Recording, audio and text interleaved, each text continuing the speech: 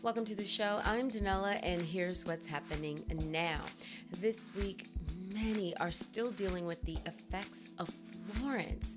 Well, we'll not only talk about Florence in the show, we'll talk about the typhoon that hit the Philippines as well as China, and in Nigeria, severe flooding. Also, this week on a shoot, I learned of the term called wish cycling. Wish cycling, not recycling. I'll talk to you about the woman who created the term and why. And speaking of being on a shoot, in our world this week, we're going to talk about balance. Life balance. It's so difficult to find balance in our lives. It is a constant struggle that many of us deal with. And I'm going to talk to you this week about some of the lessons that I have learned by others who have gone before us. All right, so let's get into the show. First, we're going to start with political pop. So obviously the big news this week is Brett Kavanaugh, but something else happened that was really overshadowed by the Supreme Court nominee, and that was the Secretary of State Mike Pompeo announced that by October 1st, the U.S. will only allow up to 30,000 refugees. Well, that is just 1% of more than 68 million people forcibly displaced across the world. Bob Kerrey, the director of the Office of Refugees Resettlement during the Obama administration, he said that the new limit of 30,000 refugees per year, along with the Trump administration's justification, was, quote, a new low in our history. He says people will be harmed, people will die. And that was your political pop. Earth changes. We'll start with Florence. I mean, this storm, huge. So folks are still dealing with floods and even tornadoes. From Florence, we'll head to the Philippines as well as China, both hit by a typhoon. They're saying this was a massive typhoon. More than 3 million people have been displaced. 3 million. And over to Nigeria. Nigeria is declaring a national disaster. This is after severe flooding kills at least 100 people. Praying for all of the rescue workers across the globe that are trying their best to save as many people as they can. Praying for the people that are holding on, hoping and waiting for rescue. And praying for those that feel they've lost everything. This is definitely a time for all of us to come together, and also a time for us to be thankful for our life. And you're seeing many articles come up now just saying that these storms are bigger than we've ever experienced because of climate change. And that's going to lead us into our next topic. I was on a shoot this week for ITM Productions. They are the biggest production company in the UK. If you say ITM here in America, people are like, what? IT? I don't know. But they're starting to increase their presence here in America. And so far, partnering with them, I have been on amazing, really interesting shoots that have changed my life. So this past week's shoot involved the idea of plastic consumption, and basically that it's a multifaceted issue, right? And from it I learned so much. So I'm not sure if you guys are aware of this. You may. I've read it, but I didn't really realize the impact that it had on us in America. And that is that once China was like, yo, we're not taking any more of the world's plastic trash. You guys keep it, because China really has a sophisticated system for recycling. And so they're no longer taking, specifically us as well, UK, North America, they're not taking our plastic anymore. And from what I'm seeing percentage wise, it was about 45% of the world's plastic. So now America, we have to figure out what we're going to do. And so in this particular shoot, I spoke with Nina Goodrich. She works for the nonprofit Green Blue. She's the executive director there, as well as the director of Sustainable Packaging Coalition. So, first of all, I was like, I had to kind of figure out, use some context clues before researching sustainable plastic. And so, the idea of that is your packaging, that you buy your goods out of. The idea is to make that sustainable. And one, how to use it. Two, what happens to this said package after you're done using it? Because on one end, it needs to keep let's say you're getting berries, keep your berries fresh. But then when that's over, recycling that. And apparently recycling has a shelf life. You can only recycle, a product so many times. But what do we do when it's done with that last cycle? What do we do? And so it's just really, really interesting talking about this idea. What do consumers think? Us, what do the regular people think about the idea of our oceans being polluted, but also really understanding that it's a multifaceted issue, and that it's not just we as individuals need to recycle. It's not just us starting to limit single-use plastic like straws, because you can't really recycle those. And it's not just the manufacturers, for example, really learning to recycle and making whatever product they present to us something that we could then break down, right? Recycle, reuse, and keep using. So, right. So here's the thing that I really didn't know as preparing for this interview. I was like, because we all heard, I'm not sure if you heard, but I definitely heard that China was no longer accepting recycles, right? No plastic recycles. They're not doing it. Do it on your own.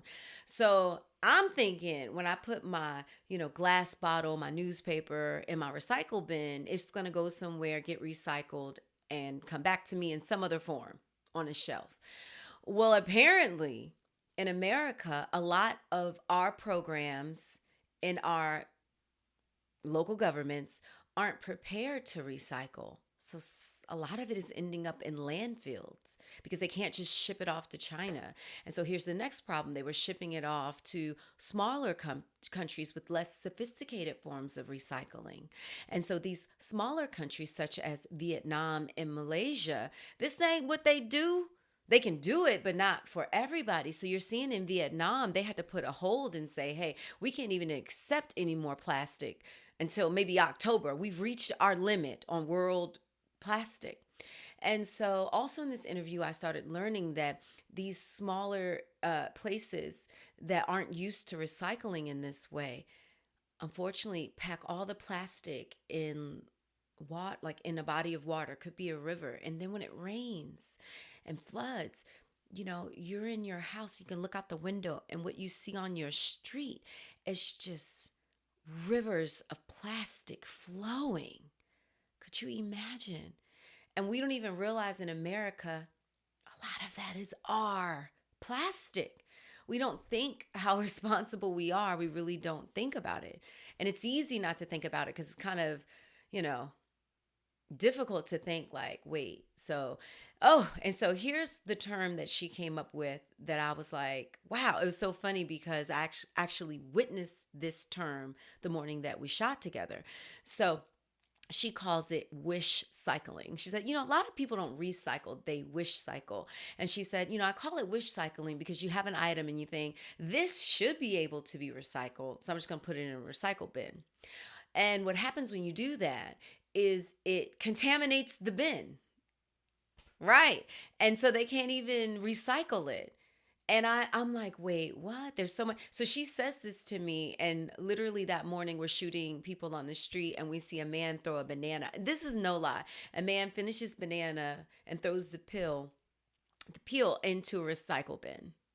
Like, it should be recycled. Yeah, if it's you're composting.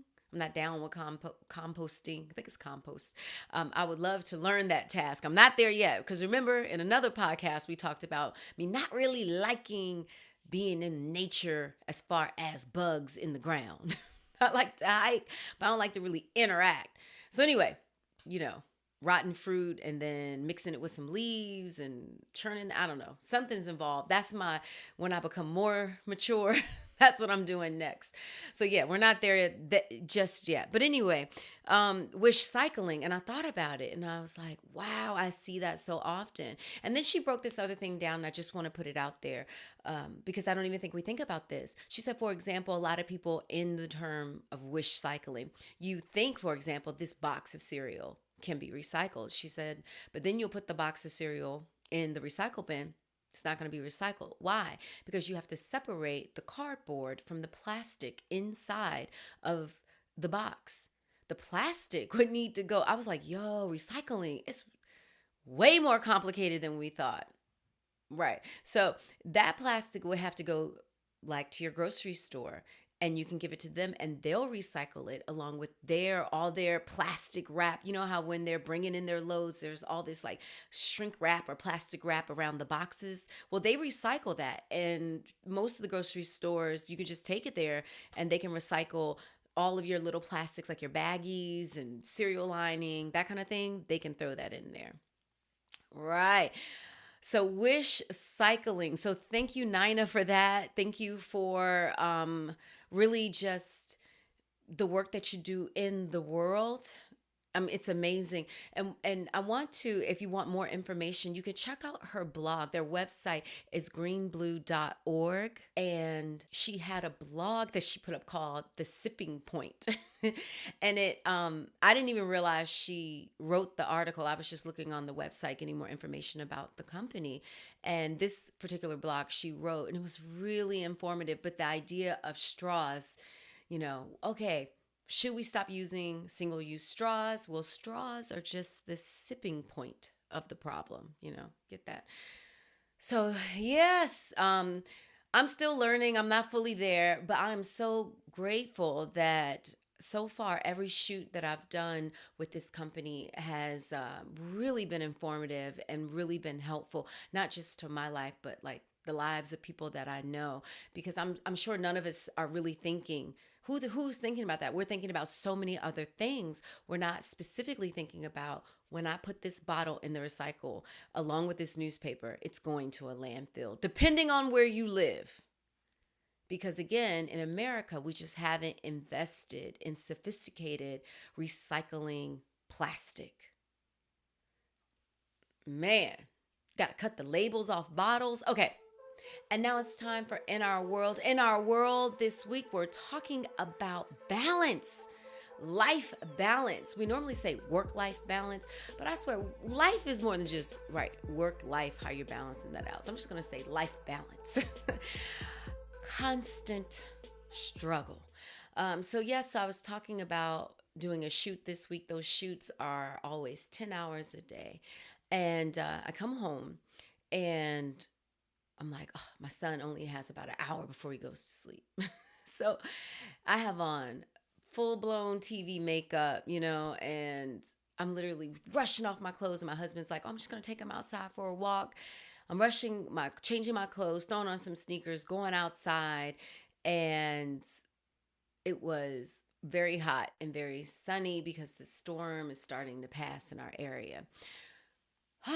And so in my mind, the mom me, not the new me, the mom me would never go to like a playground, a park, hiking with like TV makeup because you're going to get pimples. Like it's terrible for your skin. And this is not comfortable. It's hot. It's not comfortable. Ugh. But I knew I had to hurry. So I rushed outside and I noticed that when we're walking, he's 3 and he's just being much more, he's like baby, being much more of a baby. I want mommy to hold me because we've walked so far. He's run so far. He's tired of walking. And yeah, he just needs extra hugs. And I notice also that, let's say, for example, my husband is working all day and doesn't really get to see him. And then my son has to go to sleep. I swear by the time my husband should be coming home, my son is just super difficult. And so as I start thinking, in my life, I really try to balance all of these things kind of well. And it's hard, right? Right. Because you can't really be 100 at everything. But what I've learned from others before me is that you could be 100 at what you're doing and in that moment. That makes sense? So in that moment, let's say you're at work, you can really be dedicated at work. And then when you come home in that moment, you could be really dedicated in what is requiring your attention at home. So for some of us who don't have children, you might have a sick relative, or you might have a sibling who is dealing with always something every week, or you might have a friend who's going through a hard time. Maybe someone has passed. So just with our time, what many are saying that have gone before us is that it's important to be present in that moment. And that's where it gets hard, because once you start kind of having a lot of pots on the stove, when you start having a lot of pots on the stove, it starts to feel like, shoot, hot in the kitchen. You're like, what am I going to do? So for me, when I come home, there's a lot. I have to get dinner. I have to get my son ready for bed, give him a bath, because that's normally what I do. I also have to send, again, ITN is in the UK. So I need to upload some files, send them some stuff about, hey, here's the work, here's what happened, so they can have it for the morning.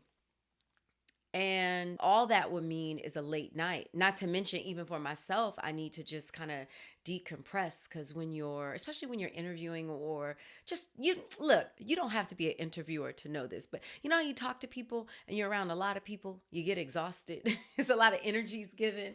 So I wasn't super exhausted, but your adrenaline is going. And so you really have to find your center again, because, I'm also doing, in addition to interviewing Nina, I also was interviewing people on the street and just talking to them about plastic consumption in their life. Genuinely, what do they feel?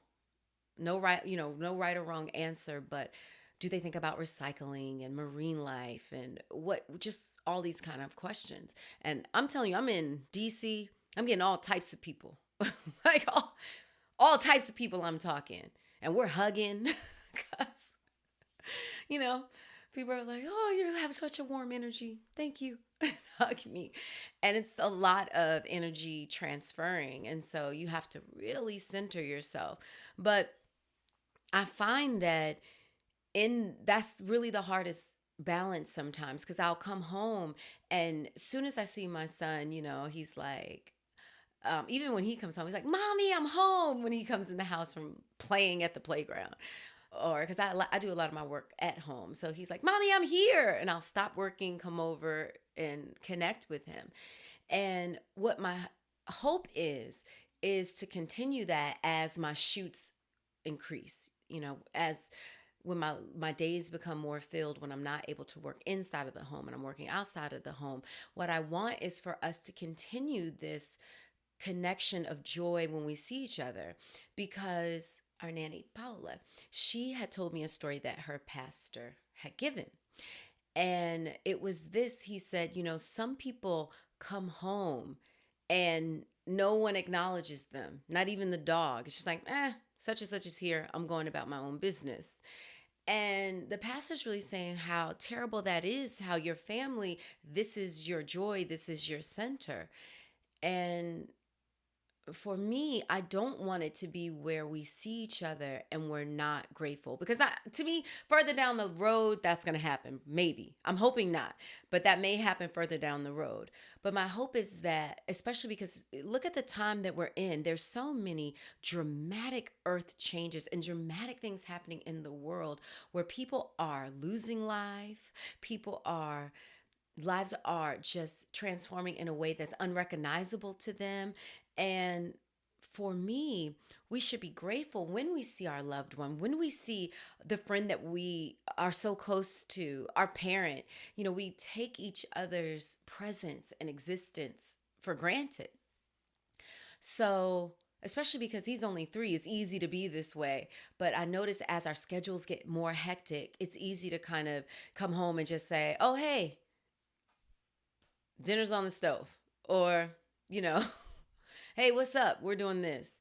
And that's why I really wanted to bring this up, because I'm working on this right now. And I'm sure a lot of you are in other ways, finding that balance. And as I continue to grow, it's all about sharing where we are, with each other. You guys email and comment, and then I talk to you here as well as email and comment back with you. But it's really an ongoing balance. And then I was talking to another girlfriend of mine, and she was saying that she has a friend who is, I'm talking top professional. We're talking partner in a major corporation, and her children are older. And now, and this has been like a working mom. Her life was really, especially you can't just be a partner and be part-time at work. That's not happening. So her life was really focused around her business. Even though she's a warm and caring person, her life has been always business oriented. And now later in her life, kind of questioning, was I at work when I needed to be at home? And so later in life, in your career, later in life, you start questioning these things. So today's a new day. we're in this now. And it is difficult because I a lot of times I'm like, I want alone time, not so much from my son, but from everybody else. A lot of times I'm like, I just want to take a warm bath for like 2 hours. Till I'm real shrivelly and the water is cold, like lukewarm. And I take my baths like scalding hot. Kyle's like, your showers are hell hot. That's what he calls it. I'm like, it's not that hot. But anyway. Sorry, it just makes me laugh. But right, hot. So by the time I get lukewarm, it's a long time.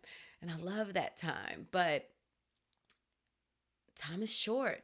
And the truth is, it's only so long that we're going to be the center of our child's life. And for those of you who aren't necessarily parents or married and have this type of connection that I have right now, think about it in another way. You're only going to be the age that you are right now for so long. Even the health of your parents, if you're blessed to have healthy parents, that's only going to be like this for so long.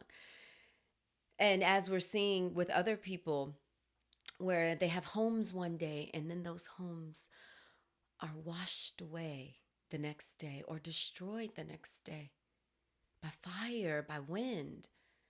And so it's really about us working to find balance, because all of these things, everything that we look at outside, external of ourselves, we don't fully have that, we don't have control over completely. And these things are going to evolve. These things are going to just change.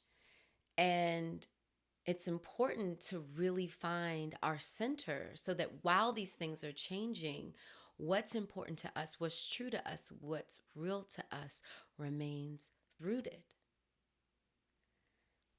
So I wanted to share that because that's something that we're actually, I would say, working through. And on some days we ain't working through, it's straight a struggle through. And that is really keeping our family as the priority while we're in that connection.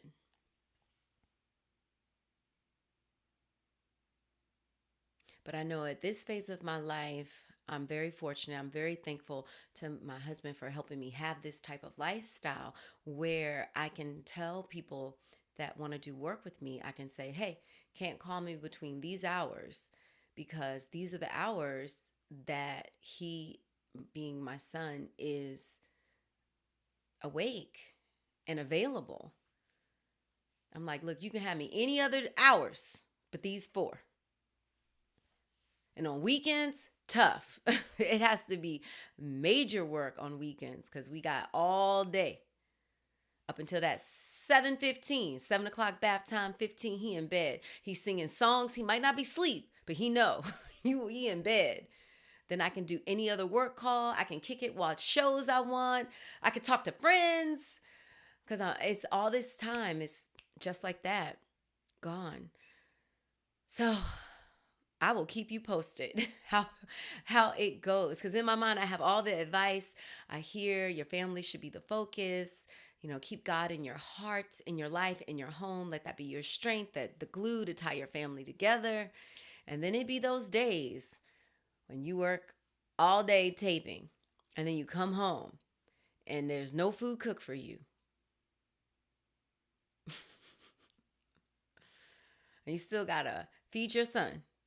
and put that boy to bed and read like 3 books, sometimes 4 or 5, depends on the night. He loves to read. And be present. And in your mind, you're like, I got to write this script or whatever these stresses are. Shoot, this might sound like a cakewalk to some people because some people might have 3 jobs and see their child on the weekends, and I know people that have that life where they work 2 jobs and I see them on the weekend for like a couple, I don't know, maybe like an hour, but then I got to go to sleep because then I got to get back up. And that's hard enough. So even harder. That's even harder. Some of you may be listening or watching and you're thinking, that's just not a possibility for me. But the truth is, we are each in control of our lives if we take the reins of our lives. And so even if it's on a small scale of what you can do, and that small scale is be present in the moment when you're in that moment. And you might be tired. You are tired. And you might be frustrated because what has happened in your job or in your life. But what the pastor told Paula, he said this. He said, when you come to your house, you wipe your feet before you go inside. And that wiping leave that negative energy at the footsteps of your door. And when you come inside the house, come in new. So whether or not you come in the house and ain't nobody in that house but yourself, know that all that energy in that house is yourself. So you want to leave that negativity outside. Leave it outside if you can.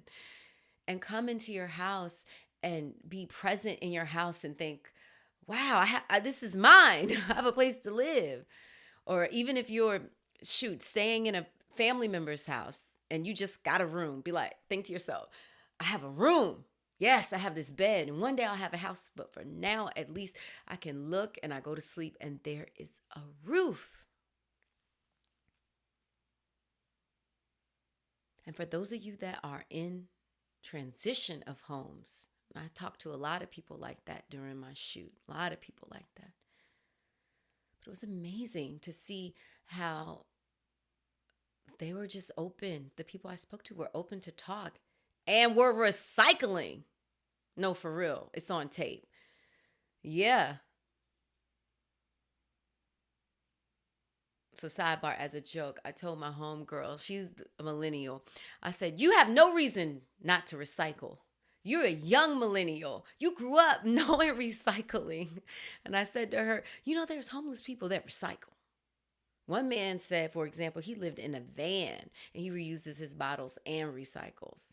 I was like, wow. And I talked to multiple people. And so I say this to say that they're grateful for their life. They were grateful to see another day. So, yes, we all are going through something in this world. And so it is important to find balance. And part of that balance is really just accepting where you are in the moment that you're in. And being present in that moment, being a vessel for love and light in that moment. All right. Now that wraps up the show. Thank you so much for joining me this week. Now, if you would like to email me, do you know my email address? I don't know if you know it. I totally give it every week. But you can email me, DanellaNOW.com. And I write back. I do. Because you emailed, that's why. And on social media, you can DM me, follow, all those things on all platforms at DanellaNOW. As always, I hope you have an incredible weekend. Keep balancing. You can do it. And I'll see you next week.